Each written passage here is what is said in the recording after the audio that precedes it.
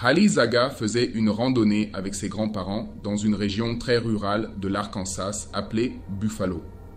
Ils ont emprunté un sentier qui les a menés au sommet d'une colline située à environ 200 pieds plus haut que leur point de départ.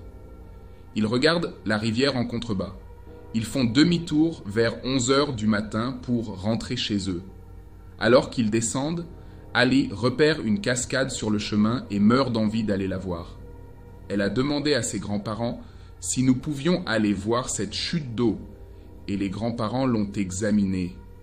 Et ils ont informé Hailey qu'il était impératif de continuer. Comme elle a 6 ans, Ali était très excitée à l'idée de constater cette chute d'eau et voulait obtenir ce qu'elle voulait. Elle a piqué une crise, s'est assise sur le sentier et a dit « Si vous ne m'emmenez pas à la cascade, je ne bougerai pas. Vous allez devoir me porter. » Les grands-parents lui ont dit « Non, nous n'allons pas te porter. Tu dois être une grande fille. Je vous demande gentiment de vous lever et de commencer à marcher à nos côtés. » Ali n'a pas voulu. Ses grands-parents lui ont dit qu'ils allaient la laisser. Ils firent demi-tour et continuèrent à descendre le sentier sur une courte distance. Cependant, ils étaient encore parfaitement visibles. De plus, il fait grand jour. Ils se sont retournés, espérant que leur petite fille se lèverait et marcherait après eux, bien qu'avec un peu d'abandon. Et elle l'a fait. Haley s'est levée. Et elle s'est dit « Ok, patiente-moi » et elle a commencé à marcher. Les grands-parents sont comme d'accord. Ils avancent alors devant Haley. Au fur et à mesure qu'ils avançaient, Haley ralentissait progressivement. Ses grands-parents pouvaient voir qu'elle le faisait avec méchanceté. Elle essayait d'être ennuyeuse et prenait le plus de temps possible. Cependant, les grands-parents s'assuraient de ne pas la perdre de vue. Elle serait juste là après qu'ils ont marché un peu et qu'ils aient tourné. Ils marchaient encore un peu, puis ils tournaient et elle était là, encore et encore. Lorsqu'ils se sont retournés, elle a disparu. Les grands-parents sont rapidement revenus et ont commencé à chercher Hailey, qui s'est peut-être réfugiée derrière un arbre pour se cacher. Ils sont donc à sa recherche, mais ils ne sont pas encore très inquiets. Ils criaient son nom, disant qu'il était temps de partir. « Vous devez sortir, nous devons partir. » Mais Haley n'a jamais rien dit. Pendant 90 minutes, les grands-parents ont crié pour Haley et ne l'ont pas trouvée. Ils sont donc descendus en courant et ont appelé la police. Ali Zaga a été la plus grande mission de recherche et de sauvetage de l'histoire de l'Arkansas. L'équipe de recherche comprenait de nombreuses personnes sur le terrain, dont 8 équipes cynophiles et des hélicoptères en vol stationnaire. La garde nationale a été impliquée, cependant, après 2 jours, malgré les recherches incroyables, aucun progrès n'avait été réalisé.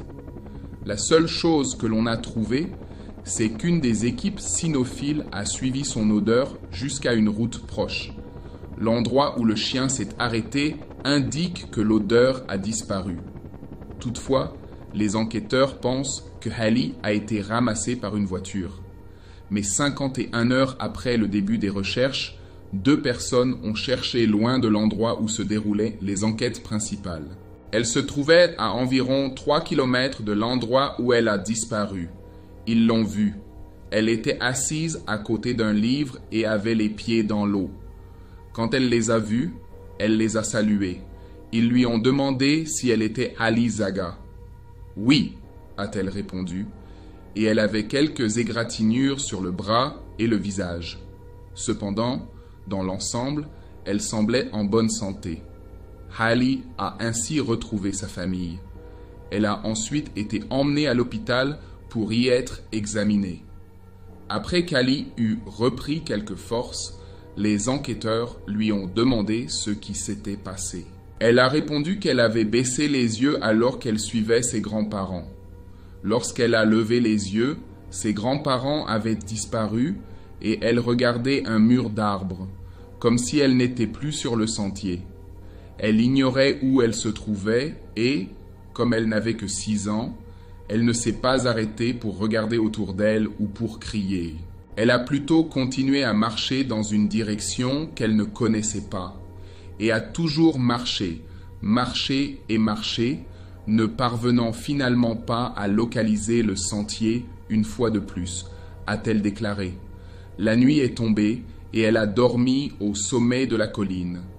Le lendemain, elle a descendu le pâté de maison jusqu'à la rivière. Elle a ensuite marché le long de la rivière jusqu'à ce qu'elle découvre une grotte avec laquelle elle s'est reposée pour la nuit. Lorsqu'elle s'est réveillée le lendemain, elle avait été retrouvée.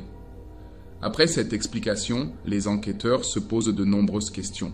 Par exemple, pourquoi l'hélicoptère n'a-t-il pas pu vous voir si vous dormiez sur la colline la première nuit? L'hélicoptère ne faisait que survoler la colline, c'est tout ce qu'il faisait. De plus, ils avaient une imagerie thermique. Ils auraient facilement pu la repérer. Ils lui ont donc demandé si elle était bien là où elle se trouvait. Et elle a répondu « Oui, c'est là qu'Alicia m'a dit de rester ». Ils se sont demandé qui était Alicia. Elle a pensé « Oh, c'est mon amie imaginaire. Je l'ai rencontrée pour la première fois sur la colline ». Immédiatement, les enquêteurs et les parents ont dit « Ok, évidemment, elle se fait cette amie imaginaire pour faire face à cet événement traumatisant. » Ils s'abstiennent donc de poser d'autres questions sur l'amie imaginaire. Mais ils ont continué à lui poser des questions sur la façon dont elle s'est rendue de l'endroit où elle s'était perdue à celui où elle est arrivée. Parce qu'il n'y a qu'un seul chemin pour descendre et il peut être difficile à trouver, surtout si l'on s'écarte du sentier. Hailey a déclaré « Alicia m'a amené à un sentier, elle m'a fait descendre la colline et elle s'est tenue devant moi pour s'assurer que je ne tombais pas. » Les enquêteurs et les parents d'Ali commencent à penser qu'il ne s'agit peut-être pas d'une amie imaginaire si cette personne est juste en face d'elle. Ils ont donc demandé à Ali de décrire à quoi ressemble Alicia. Ali a répondu « Bien sûr, elle a les cheveux noirs, les yeux bruns. Elle est un peu plus petite que moi. Elle a 4 ans, elle aime raconter des blagues et elle adore chanter des chansons. » Ali a commencé à chanter des chansons qu'elle avait apprises d'Alicia et à raconter des blagues qu'elle avait apprises d'Alicia. Bien qu'Ali ait représenté Alicia, une fillette de 4 ans qui joue sur la colline, c'était impossible. Les parents d'Ali et les enquêteurs ont donc recommencé à considérer Alicia comme une amie imaginaire. Les enquêteurs se sont contentés d'interroger Ali.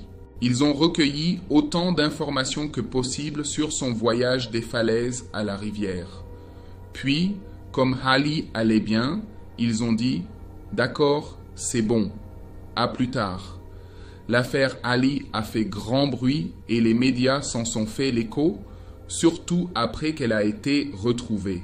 Dans une vidéo publiée sur sa chaîne YouTube, elle raconte ce qui s'est passé pendant les 51 heures de son absence. Dans son récit, elle parle de son compagnon imaginaire, déclarant « Avant Alicia, je n'avais pas de compagnon imaginaire. » Cependant, à ce moment précis, Alicia était une personne bien réelle pour moi et bien que je doute de son identité, elle m'a sauvé la vie.